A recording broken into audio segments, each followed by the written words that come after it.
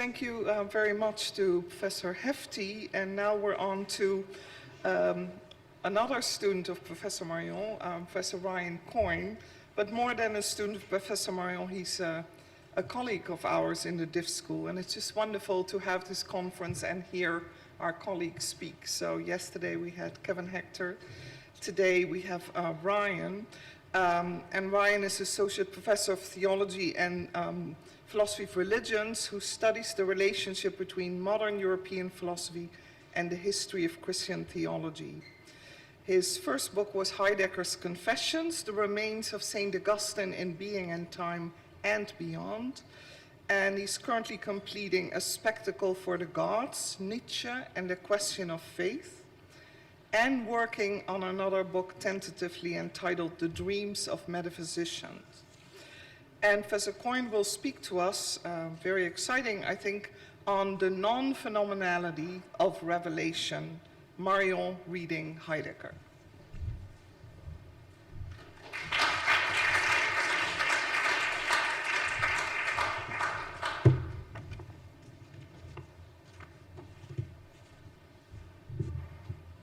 Thank you very much, Wilhelmine, for the lovely introduction. I want to begin by expressing my gratitude to my fellow presenters at this conference so far. I feel like we've had 4 fantastic papers and really 4 excellent discussions surrounding those papers as well. So it's been quite a pleasure to be part of this. So the theme I have chosen for today, Marion reading Heidegger, is quite dear to me. And I'd like to clarify at the outset what I mean by it. I do not intend to approach Jean-Luc Marion as a commentator, even an expert one, but rather as a thinker engaged in a genuine confrontation with another thinker. Moreover, I do not intend to treat this confrontation as an occurrence or a happening, one that has taken place or is still taking place, but rather as an event that remains a challenge for us today. Like all great confrontations in the history of philosophy, this one is destined to leave its mark on both parties involved. Indeed, I can scarcely imagine that in the future it will be possible to read Heidegger, to truly read him, without coming to terms with Marion's reading of him. Perhaps you will say that this is a subjective judgment on my part, and I wouldn't deny it. I would merely add that it is what Kant called a subjective universal judgment, and as such, I hope to show today, it will become even clearer how and why it is that Marion's reading is binding for us, not just for those of us who wish to read and understand Heidegger, but for anyone who wishes to grasp the relationship between philosophy and theology in the modern European context. Now, I confess I've chosen this theme in part because it has been my great honor and fortune to bear witness to Marion's confrontation with Heidegger as it has played out in the lecture halls and classrooms here at Swift.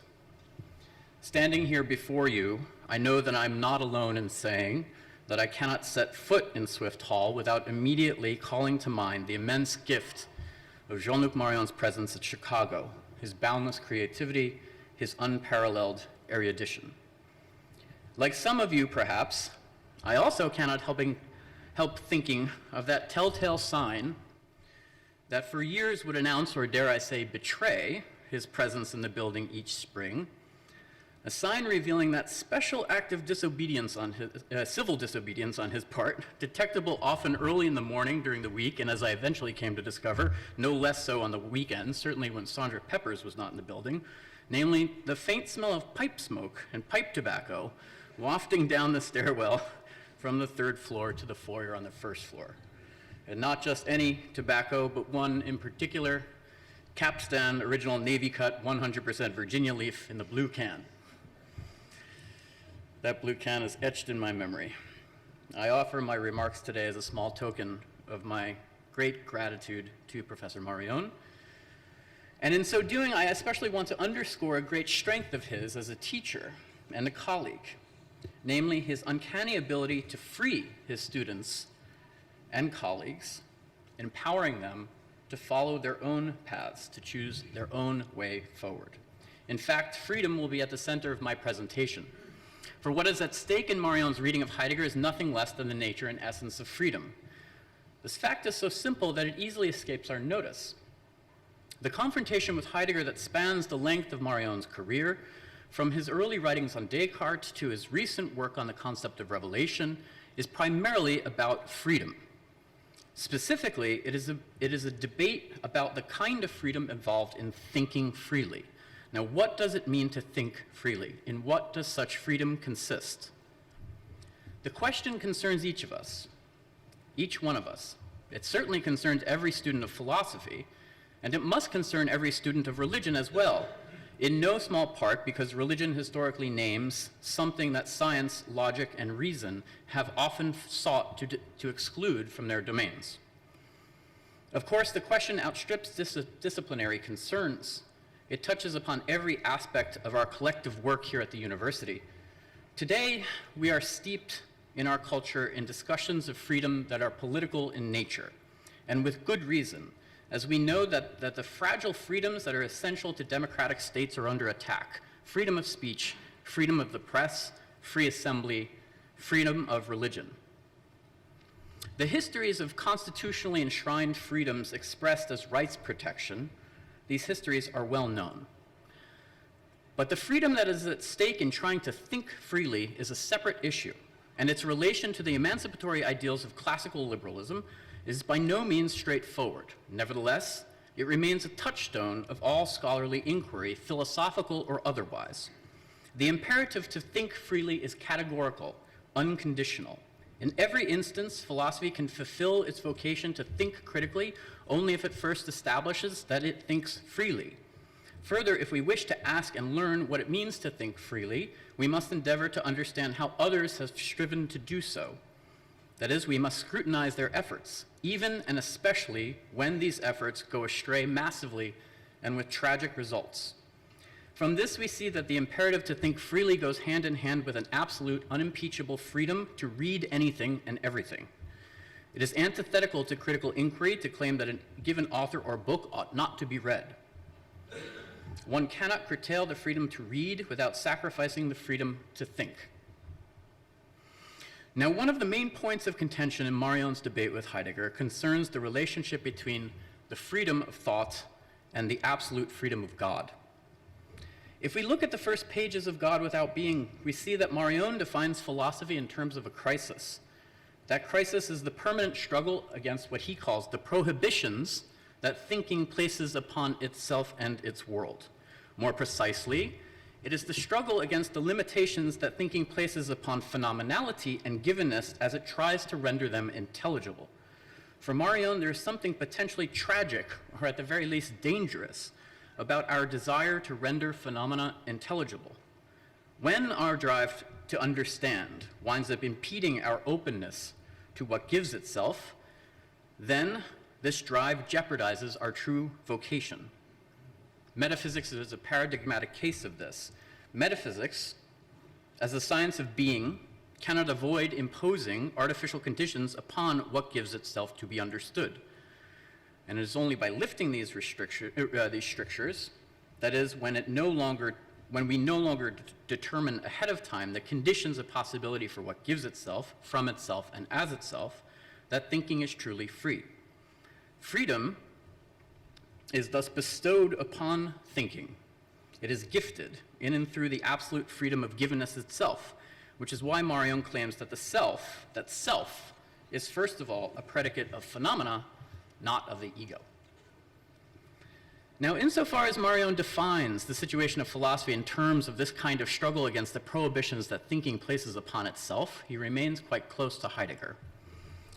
It's well known that Marion takes up the Heideggerian definition of metaphysics in its onto-theological constitution, wielding it against Heidegger himself to argue that Heidegger's way of thinking is akin to a conceptual idolatry. But I have something different in mind in signaling their proximity.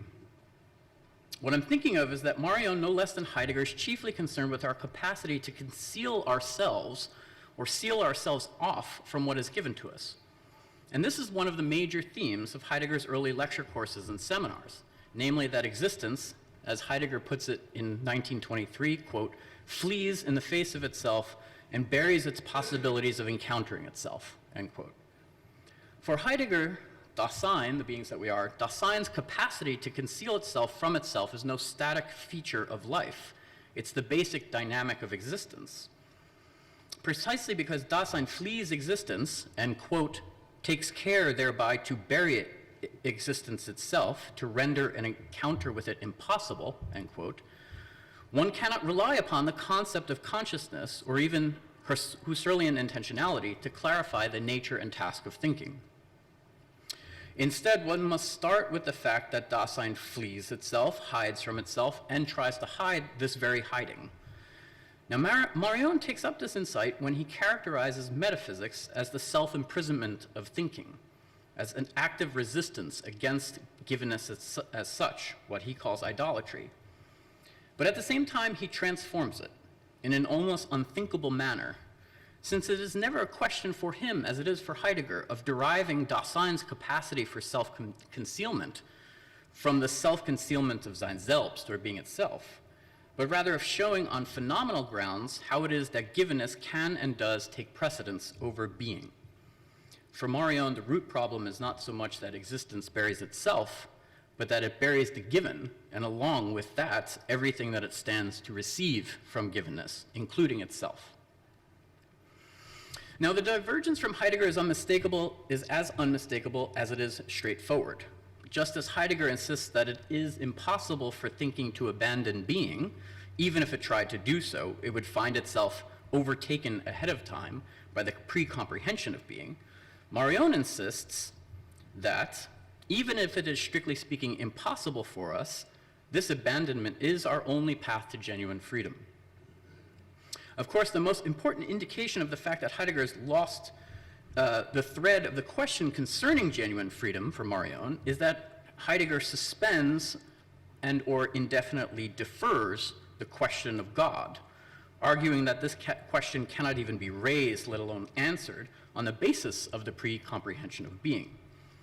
Marion's confrontation with Heidegger thus targets the methodological atheism that Heidegger ascribes to philosophy as one of its essential traits.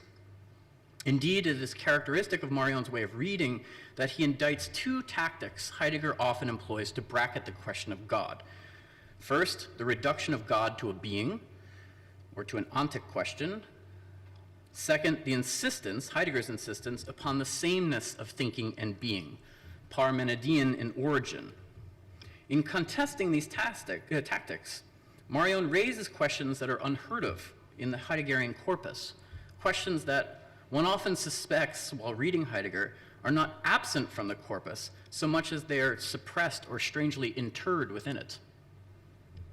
In his more recent work, Marion has consolidated these unheard of questions and greatly expanded their purview, offering an entirely new way of interpreting the history of modern philosophy from Descartes to the present, as Professor Hefti had just discussed. Indeed, in Givenness and Revelation, Marion argues that the dissimulation of revelation is a defining feature of philosophical modernity. This dissimulation, evident already in certain late medieval and early modern Thomistic thinkers, is primarily a function of what he calls the epistemological interpretation of revelation. When revelation is interpreted epistemologically, that is to say, when its significance is determined with respect to conditions of possibility that define truth metaphysically, a definition that Marion designates, following Heidegger with the Greek term aletheia, then the specificity of biblical revelation, designated here under the heading of apocalypsis, is occluded. Marion contends that the conflation of apocalypsis and aletheia, the dissimulation of the former at the hands of the latter, has a structuring effect on philosophical thinking from Descartes to Heidegger. In other words, the construction of truth as a modern metaphysical concept secretly profits from suppressing the non-metaphysical conception of revelation as apocalypsis. The major philosophical and theological task for Marion is to disarticulate or disaggregate truth in its metaphysical concept and truth as it characterizes apocalypsis, which remains unthought as such philosophically. This requires elaborating the sense in which apocalypsis inverts metaphysical truth an argument that redoubles and destabilizes Heidegger's critique of truth as correspondence. And this is the task to which Marion, if I may, has devoted the three most recent versions of his Revelation project, stemming from his 2014 Gifford lectures, with their focus on what he calls biblical phenomenality. In what follows, I want to reflect on the philosophical relevance of what Marion calls biblical phenomenality, as I believe it raises a series of crucial questions about the relationship between phenomenality and givenness, along with the very nature of faith itself. These questions will bear directly upon the freedom that Marion and Heidegger respectively accord to thinking, and thus send us back to the Heideggerian corpus, empowering us to read Heidegger differently, which is to say, to read a different Heidegger. For it is impossible to ignore the fact that the Heideggerian corpus is radically different today than it was just 10 years ago, prior to the 2014 publication of the first of the so-called Schwarze Hefte, or Black Notebooks. Marion's destructive reading of Heidegger has indeed kept pace with these textual transformations, particularly as it concerns one of the most crucial issues, which he began to discuss in his comments following Professor Hefty's paper, namely the unstable relationship between two elements in Heidegger's thinking, das Ereignis, or the event on the one hand, and the question of givenness, or the Es gibt, on the other. So the major issue for me is how to interpret this unstable relationship in Heidegger in light of Marion's most recent work on Revelation. The characteristics of what Marion calls biblical phenomenality are unmistakable. They remain more or less constant with his well-known description of the saturated phenomena. Consonant, excuse me. They remain more or less consonant with his well-known description of the saturated phenomena. I say more or less, if only to underscore the greater emphasis that his recent work has placed upon what he calls the problematic nature of the concept of revelation, or, to be more precise, the problematic nature of revelation, not the concept, but revelation itself. In what sense is revelation problematic for Marion? To begin with, it is not the case that revelation is problematic because metaphysics dissimulates it, but rather metaphysics dissimulates it because revelation is inherently problematic. Thinking cannot simply take for granted the priority of givenness over being, for this priority is nothing short of a scandal for rationality. Marion's great strength is that he neither resists nor denies the scandal. He does not seek to mitigate it. In fact, at every turn, he doubles down on it. For instance, when he draws upon resources in the Augustinian tradition, Augustine, William of Santerre, Pascal, to demonstrate the incomprehensible priority of love over being. For Marion, revelation must always be determined in terms of this priority. What he calls biblical phenomenality reveals a God for whom being, as we know, is not the ultimate horizon. It also reveals a creator God who loves creation into being, as reflected in the well-known Augustinian definition of love, drawn from the phrase amo ut sis, or delectio ut sis, that is, I love such that you be. I love with the intention or with the result that you be. Right? Now, Marion makes two arguments that assign to biblical phenomenality its distinctive philosophical relevance. The first is that the attraction exerted by revelation transforms the very nature of phenomenality, not only our concept of it. In the case of revelation, the phenomenon is marked by an elsewhere that, as he puts it, quote, allows seeing the visible as the visibility of the invisible, end quote. This claim is anticipated already in the role that Marion assigns to the concept of distance in Idol and Distance, and that of the icon in God Without Being.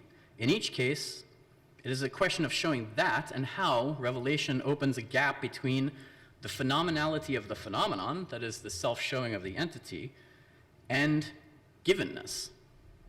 Now, this gap is indexed or traced in the self-showing of the entity. By virtue of it, the entity gives itself as itself and at the same time from elsewhere. Phenomenality is here marked by distance, by an incomprehensible elsewhere that opens it, which, quote, forbids adequate knowledge, end quote. Marion goes one step further. The one who bears witness to revelation not only receives the given as invisible and incomprehensible, but also receives itself in and from what it receives. The gaze itself is marked by this incomprehensible elsewhere. That is, by the gap that separates phenomenality and givenness. Now, Marion suggests that revelation remains problematic to the degree that the revealed phenomenon displays the non-phenomenality of givenness. But here, everything hinges upon what it means for a phenomenon to, quote, keep the trace of the given. How do revealed phenomena do so? How does this work? In the case of revelation, can one discern the trace of givenness as the mark of an incomprehensible elsewhere? Is the trace a distinct element or feature in the self-showing of the entity?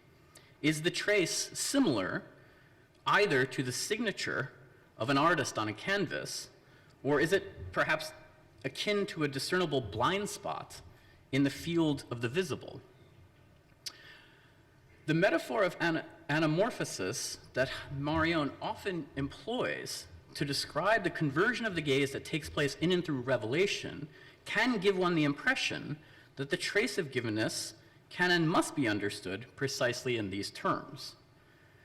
But if it were simply a question of putting oneself in the right position to discern the trace of the given as a phenomenal mark designating an elsewhere, then Marion would potentially leave himself open to the charge that what he calls the non-phenomenality of givenness would be nothing of the sort.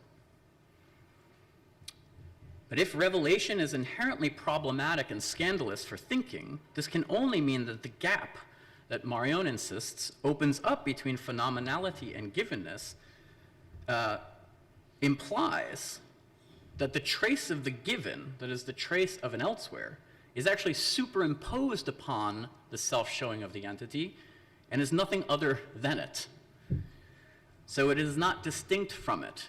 To borrow Husserl's language, it is no moment tenanting in it.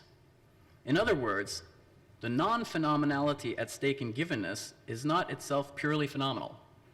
And therefore, that's why it introduces an infinite, immeasurable, and indeed unfathomable depth within the phenomenon. So on this basis, we can clarify two of Marion's claims about biblical phenomenality. The first is that this phenomenality refers to an appearing that deviates from itself and risks degrading into mere appearance. The second is that revelation accomplishes the essence of phenomenality. How do these two claims go hand in hand? How do they go together? If the kind of phenomenality that is at stake at revelation deviates from itself, then how could it possibly succeed in accomplishing the very essence of phenomenality? Is not phenomenality defined primarily in terms of the self-showing of the phenomenon, following Heidegger's definition in Sein und Zeit, paragraph 7? Here we must note that if revelation, according to Marion, succeeds in becoming manifest, in showing itself, in and as itself, it does so only by imposing itself freely in its absolute freedom, according to its own initiative. And to this extent, it is always counter-experience. And I'm trying to think through what counter-experience means for Marion. Additionally, revelation cannot but give itself in the form of an event. Marion invokes the latter category as a way of accentuating the paradoxical character of revelation. The event is unrepeatable, inexplicable, unforeseeable, but it is also, as Marion defines it, that which gives its, quote, that which gives itself without showing itself directly. Now we can understand this to mean that the event gives itself by showing itself indirectly, but in that case, we would once again risk reducing givenness to pure phenomenality. So another way of interpreting it is to think about what Marion means when he says that the saturated phenomenon is dazzling. The excess at play in the saturated phenomenon dazzles not by virtue of its radiant presence, but because of its overwhelming character. It's blinding. One cannot make sense of the event-like character, of its event-like character, by appealing solely or primarily to presence, which implies that in the event of revelation, the becoming visible of invisibility, that is radiance, converges with the becoming invisible of visibility, that is blindness. This convergence means that the appearing of a revelation is always destined to diverge from itself, even and especially when it does not degrade into appearance or mere appearance. We can see that this is so without seeing how it's the case. Since, as Marion reminds us, revelation forbids adequate knowledge. Nevertheless, we can see that and how this convergence accomplishes phenomenality, since it is only when thinking is freed up by and freed with respect to the non-phenomenal character of givenness that it ceases falsely to impose conditions upon phenomena as such. Now, the flow of new resources in the Heideggerian corpus that I mentioned earlier has confirmed the uncanny resilience of Marion's critique, the critique that he offers on the basis of this, what he calls the biblical phenomenality. And this is true, I think, even in the case of Marion's most incisive criticisms of Heidegger, and I'll mention 2 points. Right? And it goes without saying that I haven't chosen these at random. The first point concerns what is arguably the strongest impulse driving Marion's reading of Heidegger. As he puts it in God Without Being, quote, "No one more than Heidegger has aroused suspicion that it may be necessary to liberate God from the question of being, but that this liberation is also contrary to the conditions of thought," end quote. There is no clearer statement of the role that Heidegger plays for Marion. In one sense, the role is ambiguous, or actually in 2 senses, the role is ambiguous. First, Heidegger furnishes the most penetrating and indeed now the classical formulation of metaphysics in its ontotheological constitution. This formulation provides what Marion elsewhere calls the negative propedeutic for asking the question of God both philosophically and theologically. Second, already in God Without Being, Heidegger's tale is a cautionary one. In fact, his is the cautionary tale par excellence for 2 reasons. First, insofar as Heidegger insists that the bond between being and thinking is unbreakable, he cannot avoid subordinating divinity itself to the question of being. The result is not so much that Heidegger winds up definitively reducing God to the status of an entity, so much as he insists that there is no other way to determine the nature and task of theology except in purely ontic terms, namely as the explication of a way for Dasein to be. Theology is thus the interpretation of what Heidegger famously calls in his 1927 and 28 lecture, Phenomenality and Theology, the interpretation of the positum of faith. Theology is an ontic science. What is given for it is Christianness, given indeed only as a positum. Now, the published version of this argument is equivocal, since as Heidegger fully admits, theology does not need philosophy and thus the thought of being, quote, for the founding and primary disclosure of this positum, end quote. The positum of theology is thus unlike any other positum. Yet he strongly implies, in 1927 and 28, in the published version of the text, that it's nonsensical to think of the positum, and thus of God, without being. And this argument comes back in recently published texts. In a section of a volume called Zum Ereignisdenken, on Thinking the Event, that dates to the early post-war period, but first published in 2013, Heidegger denies that one can think God without being, which would mean that one would not be able to disclose the positum of faith non-ontologically. To think such a God, he writes, quote, to whom nothing can happen in terms of being, this is an extremely boring and trivial God, the eternal back door through which he again and again would save himself so that he cannot be harmed. But is this even a God? End quote. That's volume 73, page 1001.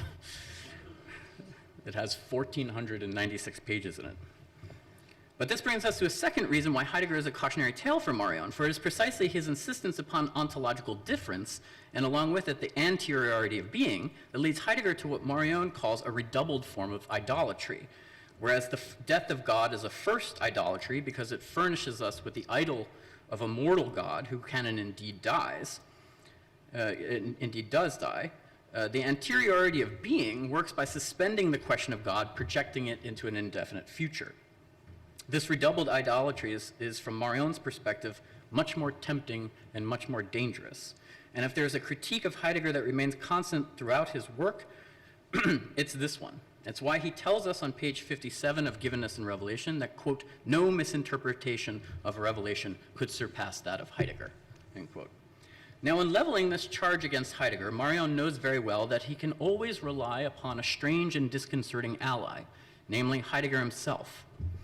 For instance, in a section of the Black Notebooks entitled Anmerkungen 4, number 4, that is notes number 4, which dates to late 1947, early 1948, published in 2015, Heidegger not only registers the charge Marion directs at him, or seems to, but he does so in a formulation that one could imagine coming from Marion himself. Quote, being is too little for God, provided that God is God, and not what is first represented in the explication and interpretation of beings as such.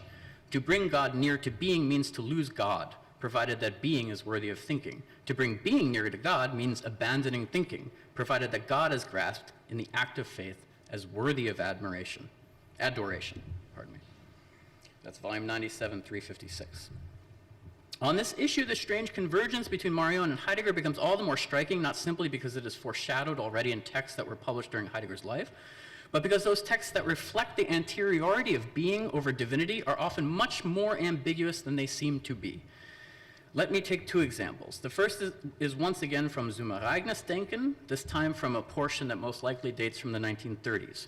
Here, Heidegger asks himself, as if accusing himself, quote, what if everything godly in its beginning and in its history belonged entirely to metaphysics, yes, even evoked it in its innermost being, end quote. The question which Heidegger poses to himself is then answered 3 pages later. Quote, all gods and goddesses belong to metaphysics, end quote. The admission is particularly surprising given that Heidegger was then engaged in his initial and indeed most intense encounter with the poetry of Hölderlin. The second example is even more surprising. I have taken it from a series of unpublished notes, 13 notes in total, that Heidegger recorded following the discussion of the first version of Phenomenality and Theology in 1927. These unpublished notes, dated July 8th, 1927, and redacted by hand by Heidegger himself, provide a radically different perspective of his portrayal of theology as an ontic science, and thus of the so-called positum of faith. Heidegger admits here that his characterization of theology is entirely polemical in nature. Note number 11 reads as follows, quote, must take theology seriously as a science to begin with, to approach it, provide genuine opportunity that is scientifically justifiable, but precisely in order to put it on its own and lure it out as a possible opponent. A fundamental interest in this opposition, except that the theologian is currently weaker. We must seek a friend for this existential battle, end quote. That's a note to self on Heidegger's part. So Heidegger is thus explicit about the fact that his characterization of theology as and the positum of faith is polemical in character. In light of this admission, it may be less surprising to learn in that the first of the 2 notes in this document, he admits that his account of the positum is to be taken with a grain of salt, that it actually covers over, rather than answers, a question or a problem. The concept, here's the first line in the document. It says, the concept of positivity in the 1927 lecture is insufficient, unzureichend. This insufficiency, Heidegger goes on to claim, pertains to, quote, the having of the positum, the entire ontological axiomatics, and even the ontic axiomatics in the lecture. In the second note, he admits that everything in the lecture rests on a conditional, quote, everything in the lecture according to the scientific theoretical question under an if, namely if faith is indeed factisch, if it is factical, and as such one lets go of this if, end quote.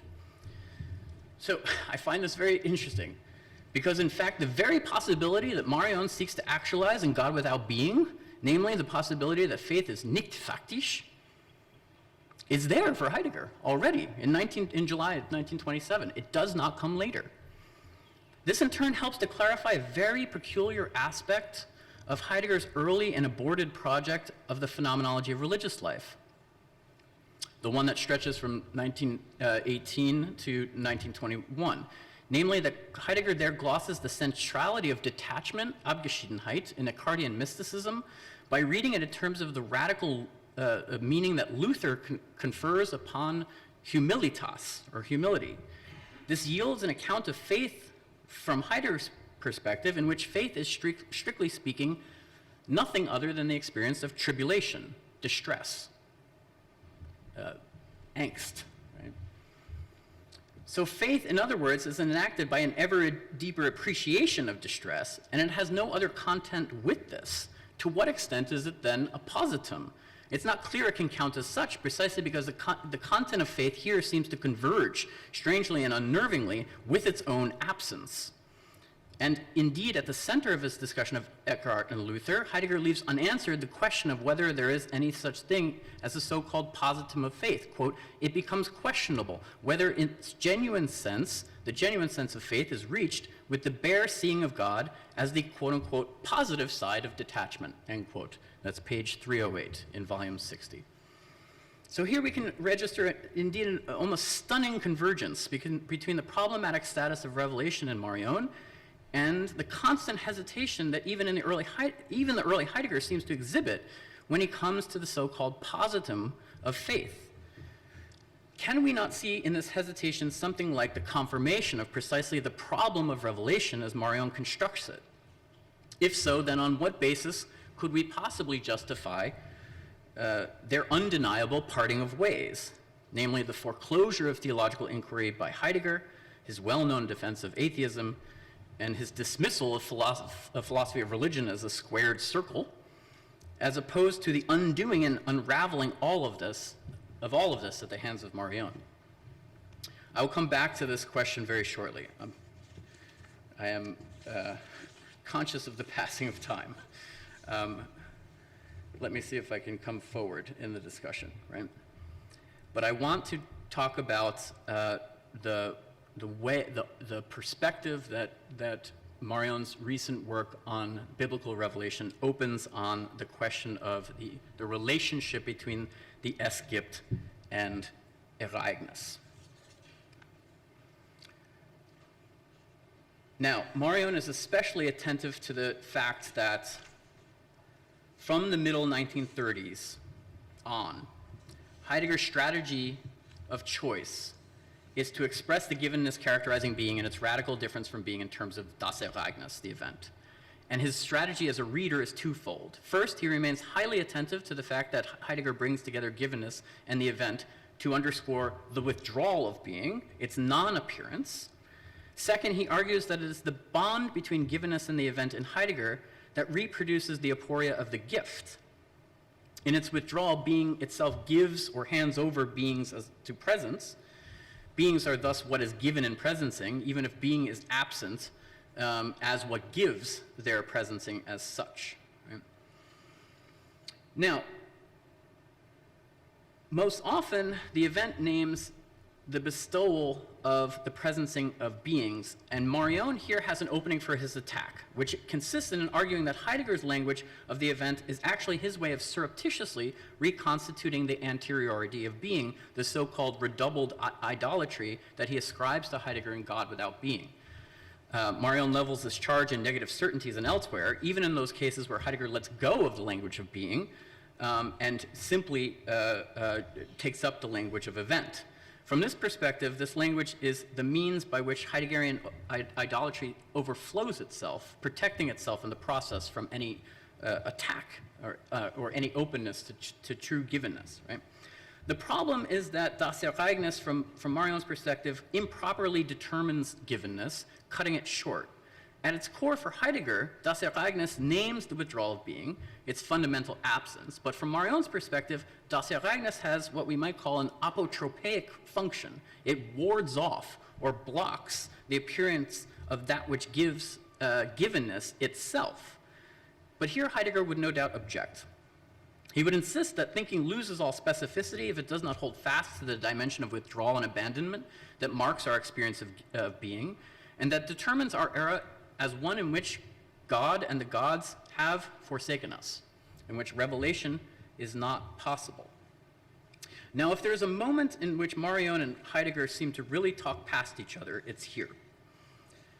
And the entire challenge of Marion's reading of Heidegger comes down to this disagreement over the nature and status of the event. For just as Heidegger would deny that his conception of Das Ereignis has a constraining effect, Marion would deny it about divinity and the question of God. How can we break the deadlock? Is thinking free only to the degree that it opens itself to the play of revelation in and as givenness, as Marion suggests? Or is it free only if it first faces up to the inaccessibility of God and the impossibility of revelation today, as Heidegger suggests? Perhaps we could take a page from Marion's playbook to suggest that instead of breaking the deadlock, we should try to displace it. We've already said that Marion rejects Das Ereignis because he sees it as cutting off or closing off the appearance of distance in phenomenality. It erases the trace of givenness. With Das Ereignis, Heidegger would have decided all too quickly that a certain experience of withdrawal, or what he calls expropriation, is the only one at play in givenness. Now, Marion has a point here, and yet again his reading seems to uncannily anticipate developments in the Heideggerian corpus, those which he did not have at his disposal when he first made the criticism. The history and meaning of the term expropriation, or Enteignis, is now just coming into focus. If you were to consult the Heidegger Concordance, you would see that in texts published in the collected works prior to 2000, the word expropriation occurs exactly 10 times, and 7 of those times it's in the footnotes. It's in footnotes that Heidegger added at the later dates to a previously published text. That leaves just 3 occurrences of the term Enteignis, or expropriation, in the main text published in the 20th century. Now, if you look at the black notebooks, you would see by contrast that the word Enteignis and its verbal forms is everywhere. In fact, it appears over 100 times in one single volume, the volumes that cover the period of the Second World War. Now, I'll spare you the details of Heidegger's, the intricacies of Heidegger's understanding of expropriation, but I do want to take just 1 minute to offer 2 comments on it by way of conclusion. The first is that Heidegger's account of the role that Enteignis, or expropriation, plays in the link between the event and givenness undergoes a radical shift in 1941 or early 1942. Until that point, Heidegger understood Enteignis, the withdrawal that's at the heart of the events, negatively, primarily in what we might call ontic terms. Thus, in the 1941 volume entitled Das Ereignis, he defines expropriation as the expropriation of beings, not of being. So there's a radical shift for reasons that are obscure but probably have to do with his reading of Parmenides. Everything changes in 1942. Now, expropriation names the hidden heart of the event. To be precise, it names what is to be thought at the very core of the question of being. In a black notebook entry from late 1942, Heidegger writes the following, quote, "What is concealed in the singular thought of the self-concealing thinking of being is that singular to be thought, Enteignis," right? Expropriation in privation. In the same volume, he writes, quote, "Who is the human being? The owner or proprietor of Enteignis." Now, this is the same volume I quoted above in which Heidegger claims that being is too little for God, right? But none of this so far allows us to displace the deadlock with Marion, if it merely shows its true reach. In order to displace it, we need to look at the earliest retrospective insertion of the term Enteignis, or expropriation, in Heidegger's work. To my knowledge, the word doesn't appear in a main text prior to 1940. But curiously, it does appear in the marginal comments that Heidegger himself recorded in his own personal copy of Being in Time. Even more curiously, it glosses the section of Being in Time in which it is a question of understanding how and why it is that Dasein flees in the face of itself and buries existence in the process. This section handles anxiety. In it, Heidegger claims that the feeling of being at home that we have in public life is actually a form of alienation from ourselves. It's a way of fleeing from ourselves. We take refuge in public life. Everyday life is a way of fleeing from itself, right? So there is a reason why we take refuge in public. That is because our own existence is a threat to us. And this threat always reaches Dasein, he says, even when Dasein plays, quote, a complete assurance and self-sufficiency in everyday concerns, end quote. So the paradoxical situation that Heidegger is describing here is that existence itself is self-endangering. And Heidegger calls this Unheimlichkeit, uncanniness. It's being threatened, he calls, and Dasein's own being threatened, he calls being not at home, Unzuhause. From an existential ontological point of view, Heidegger writes, Sein und Zeit, page 199, the Unzuhause, the not at home, must be conceived as the more primordial phenomenon, that is more primordial than everyday life, right? So in his personal copy of Sein und Zeit, Heidegger has underlined the phrase Unzuhause, and next to it in the margin, he has added in parentheses, Enteignis.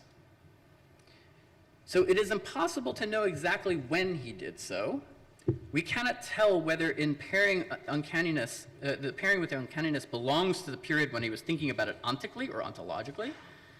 But where this connection leads us is back to the very first appearing of uncanniness or Unheimlichkeit in Heidegger's early lecture courses. And here, this is the point on which I will end. That is, it leads us back to the 1923 Marburg seminar, Introduction to Phenomenological Research. This is not the first instance in which Heidegger speaks of existence as fleeing in the face of itself, but he does say something really strange about this dynamic. He tells us that, phenomenologically considered, the fleeing is not negative. So far, so good. We glimpse something essential about it in the way Dasein cares for its own being.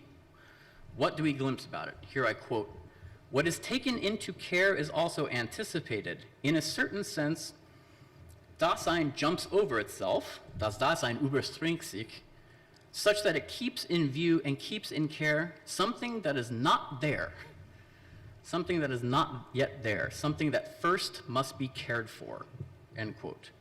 Now I want to underscore just how strange and yet utterly familiar this latter phrase is, right? Namely that in and through its care for existence, Dasein jumps over itself or leapfrogs itself so that it takes care of something was noch nicht da ist, was zu besorgen ist, end quote. That is something that is not there, right? The sentence expresses something with which we should all be familiar, right? When you sit down to write an essay, or when you sit down to write a lecture and you face the blank page, the essay as you will have written it, the talk as you will have delivered it, does not yet exist. For it to exist, you must first care for it. You must love it into existence. But Heidegger's formulation here is strange, even befuddling. In Being and Time, he is utterly intent on showing that care is concretized as a totality. Care is the totality of the Da and Dasein. And the word besorgen, care as concern, relates to entities. The Heidegger of Being and Time would never say that care as concern cares for something that is nicht da. Right? Certainly he will talk about Fürsorge, care for the other, as reaching the being of entities, and certainly later he will speak of the Sorge des Seins, the care for being. Nevertheless, the fact that he subsequently equates uncanniness with expropriation allows us to ask if something else, something more is at play here. It allows us to ask if Heidegger had not glimpsed a radical exteriority that shows itself in the care structure, an exteriority that is not entirely reducible either to the question of being or to givenness or to the es gibt. If we were to connect the dynamic of caring for what is not there with what Heidegger subsequently calls das Zudenkende, that is the to be thought, and what is to be thought is Enteignis, the appropriation, then we get an entirely novel depiction of freedom in Heidegger. It is a model according to which thinking not only can, but must free itself from the given. It must go beyond what is given. It must think itself in relation to something that emerges within its own experience, within the care structure, but that is not reducible to givenness.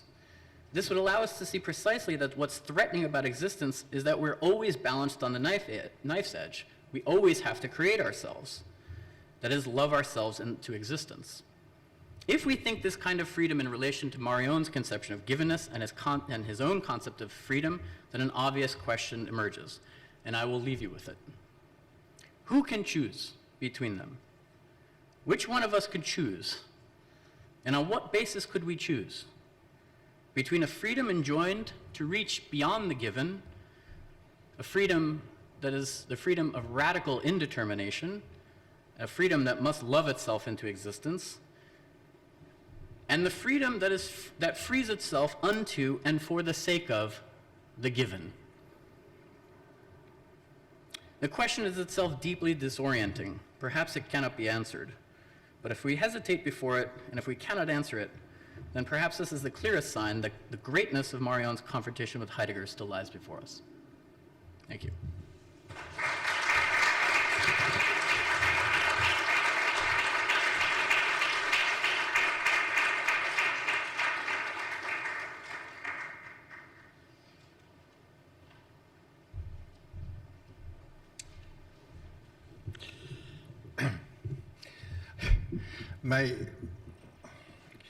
My experience after this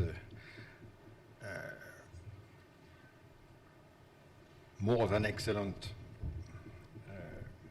relation is that it is much more difficult to comment when you agree than when you disagree. When you disagree, it is very simple. You have just to answer, and you have your own arguments. But when you agree, the temptation is to keep silent. And I have that temptation, as well as after the presentation made by Karlewski. The first point is that the ambiguity of Heidegger is obvious, and more we read Heidegger because we have not read Heidegger yet. Not only because not everything is published, but it takes time and to understand it. So we have always surprises with Heidegger as well with Husserl for same reasons. The ambiguity of Heidegger is obvious, and it's why you are very smart about that.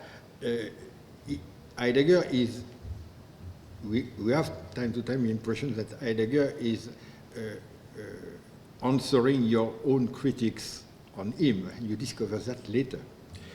This question of antagonist is central. I've picked it up without knowing the text.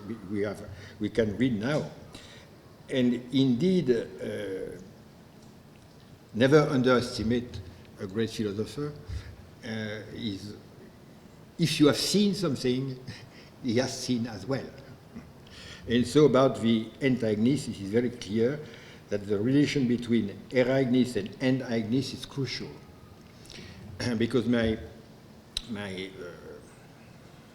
critique that the eragonist conceals the depth of the Esgypt was right. That is, in the Esgypt, you have, this is explained by Heidegger himself, you have the competition and the rivalry between what is given and the process of giving.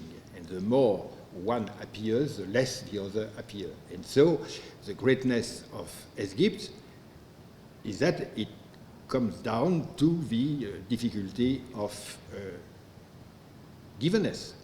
Because in givenness, as in the gift, the more the act, so to speak, of giving achieve itself, the less it appears, because the result of the act of giving is what is given, and if the act of giving is really achieved, what is given appears in such an obvious way that, I would say, he conquers all the openness and the visibility. But in fact, Heidegger knew that. And so his late insistence on the antagonist, which is a word he has created, I think, right, re-establish the double dimension of the Esgypt in the eragonist. But it is not only that. It is also the fact that I think in general, the position of Heidegger toward Christianity is not clear. It was not clear at the beginning, and at the end it is not clear either. The position of Husserl is clear, but not the position of Heidegger. And we may have surprises. And I would like very much to have a discussion with Levinas now on that point. Because Levinas was, as he told me once, it is unfortunate, but the greatest philosopher of the century was Heidegger. He remained so. Unfortunately, he was a Nazi. And I answered, I completely agree. And the fact that the greatest was a Nazi, this is the definition of a symptom, at last, of nihilism. Nihilism is the situation where this is possible. So we shall discuss that, but I agree. Second, the question of freedom. Freedom is not only an ethical issue. It is a theoretical issue. And one of the great achievements of Heidegger, precisely, is to have explained that. Freedom is a decision about being. It's why it can be a decision about revelation. It is not, freedom is not reducible to practical reason, or even the distinction between practical reason and theoretical reason can be questioned. And so it is a step beyond Kant, and which is not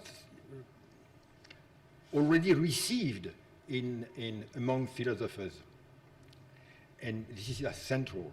So there is a freedom in front of truth, or apocalypse. This is a place where it depends from my freedom that something may be known, appear, or not. And this is not a subjective situation. It is,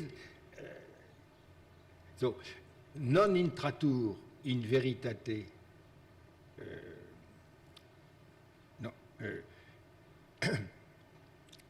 it is only by charity that you can get into truth. This is a theoretical and not a practical statement.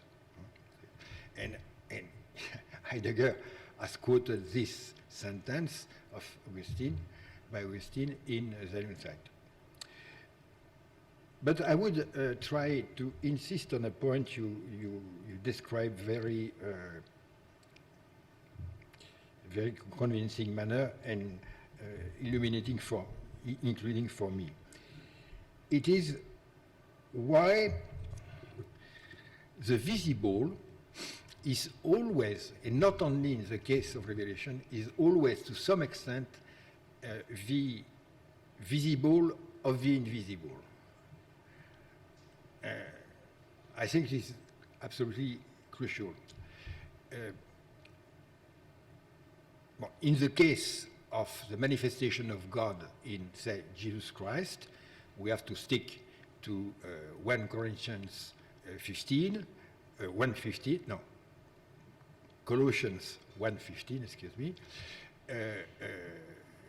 Christos esti o eikon tu teu tu aurato, the eikon of the invisible God, of the God the invisible.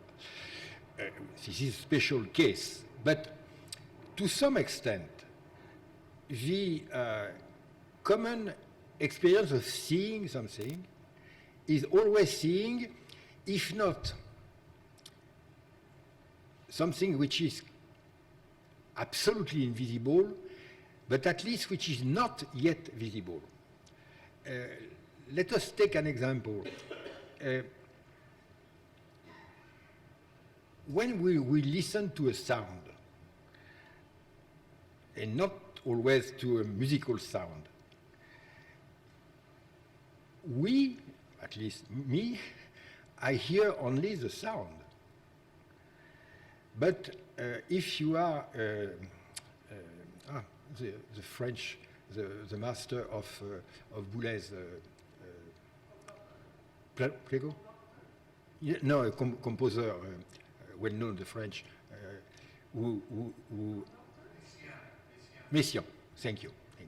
If you are Messiaen, when you hear the birds singing, you hear much more. Not only you hear a melody, but you hear a musical possibility.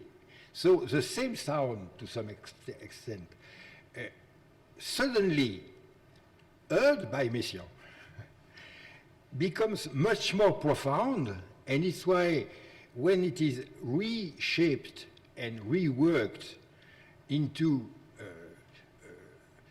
musical piece by Messiaen, suddenly the same sound, or roughly the same, becomes much appealing and something else. And so Messiaen made visible for the first time, made audible for the first time something which was already there, but unheard, or heard but unlistened to.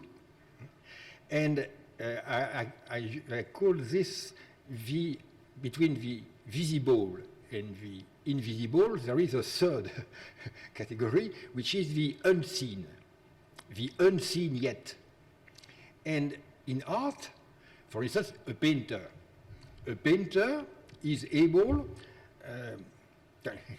who has the tree there, and the leaves, it is green. But we have learned from the painters that all the greens are not the same. All the greens should be distinguished. There are some greens who are quite special. And Cézanne or Monet or who else? Anyway, has shown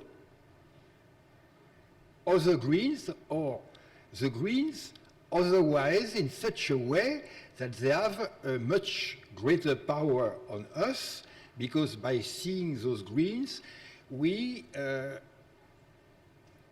are in sympathy with some feelings, from some Stimmungen, which were unknown previously.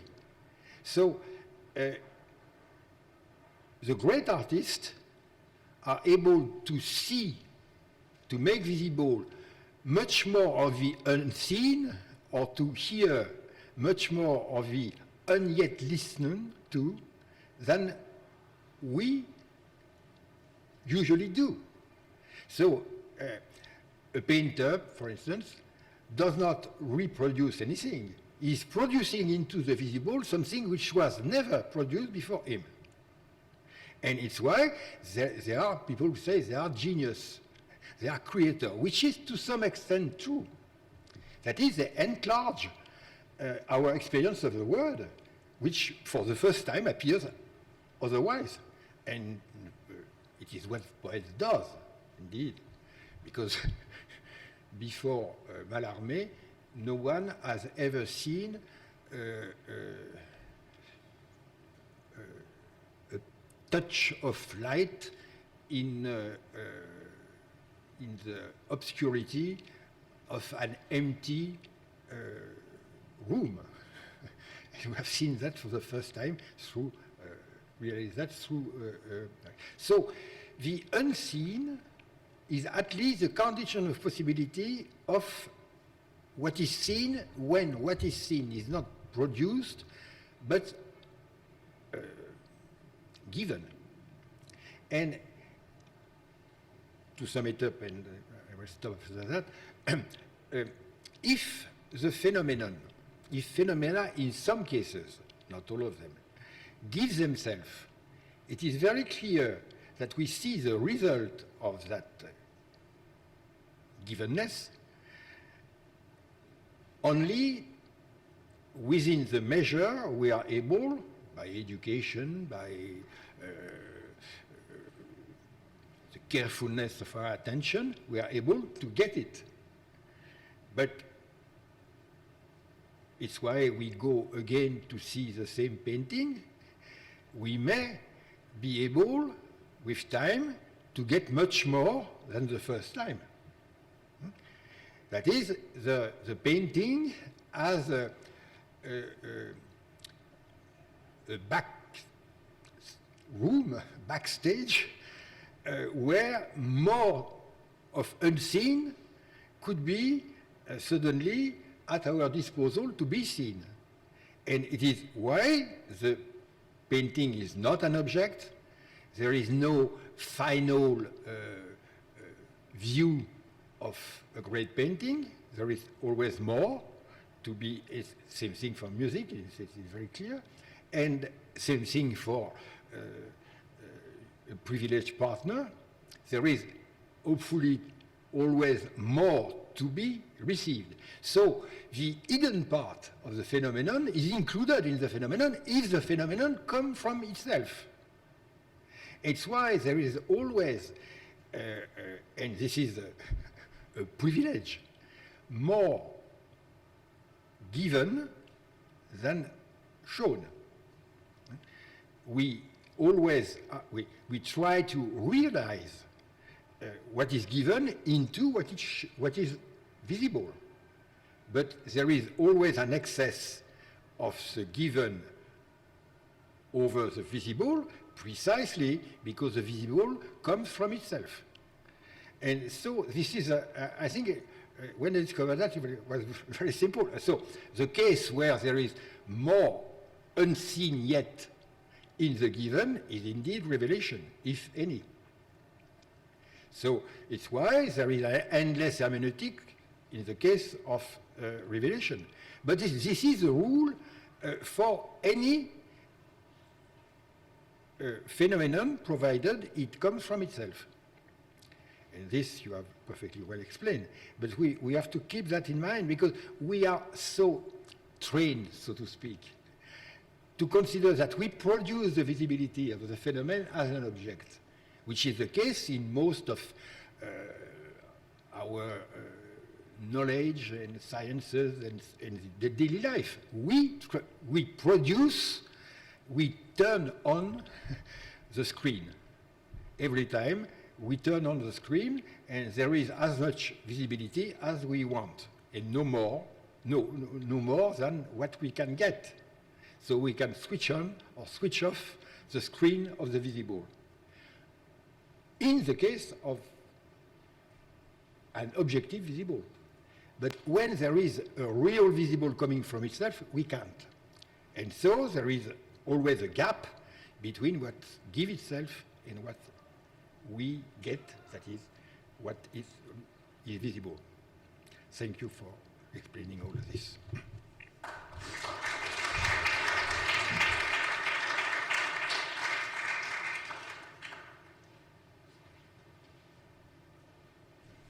Yes, you want to maybe respond, and then we have a Sure. Thank you so much. Thank you, Jean-Luc, for those comments. If I could say one very brief thing just in response, and it would have to do with the idea that freedom is a theoretical issue, which is a comment you made at the outset. I didn't frame the paper in these ways, but in this way, but I could have, and something I've thought about for a while now, which is that if you take the Husserlian tradition of phenomenology, at first glance it looks very much like it's predisposed to determine freedom in one way and not another. That is, to determine it in the Augustinian sense, freedom as determinatio ad bonum, right? In Husserl, the object, right, of thought, right, the noema, the correlate of intention is given, right, and noesis is about, thinking is about letting oneself be determined by it. Heidegger with the question of being. And to a certain extent, I would say, if I may, Marion with revelation, which is very much in the background in the project Croire pour le voir, right? One has to believe in order to see. But that's only the first level of analysis, right? So in the second level, you can imagine that things are much more complicated with Husserl. And I guess what I'm trying to, because in fact, the noema is not reducible to an act, but it is produced by an act. So you have the sense that and what I see in Antagonas and Heidegger is the question not simply of freedom as being determined by the right object, being determined by the good, but a struggle to think about that in relation to another freedom, which is also absolutely unconditional, which is a freedom of radical indetermination, a radical choice. And that's why I found it very helpful and characteristically right on the mark when Professor Marion spoke about the role of decision. And it could be very interesting to think about the role that decision plays in Heidegger's thought versus the role it plays in his project on revelation. Thank you. I think we have time for one or two Yes. questions, so can I? Yes, well.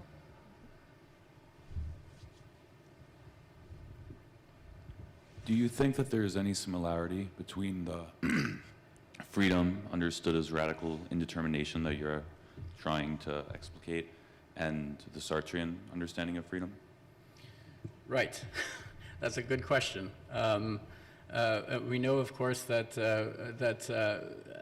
Heidegger is very clear about the fact that he thought that Sartre misunderstood the relationship between thrownness and project, or thrownness and understanding, and so he did not at all ascribe to the concept of freedom that you find in Sartre, which he saw as humanist, metaphysical, et cetera, right?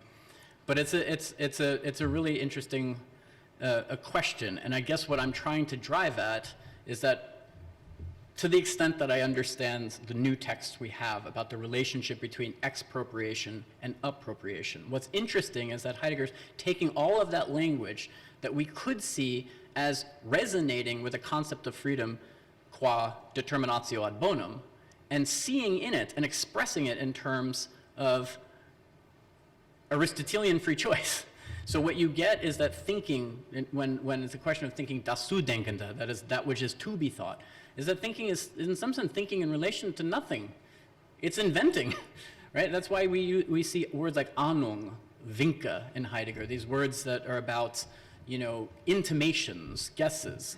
It's also what I would say, it's important to say, and I didn't say this, but I will now very briefly, it's what I find potentially objectionable in Heidegger scholarship when it comes to the concept of erring.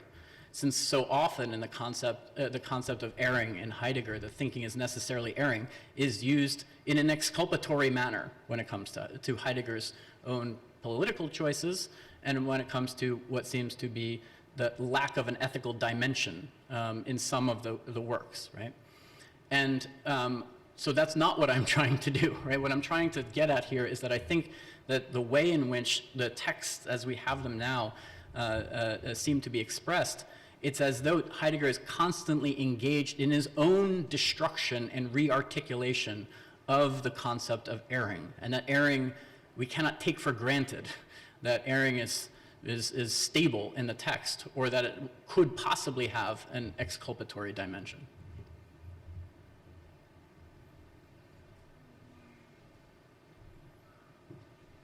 I don't see a final question. I think we'll end it here so that we have a few minutes to have a break and have coffee, and then we'll reconvene at 5. Perfect. Thank you. Thank you very much. Thank you.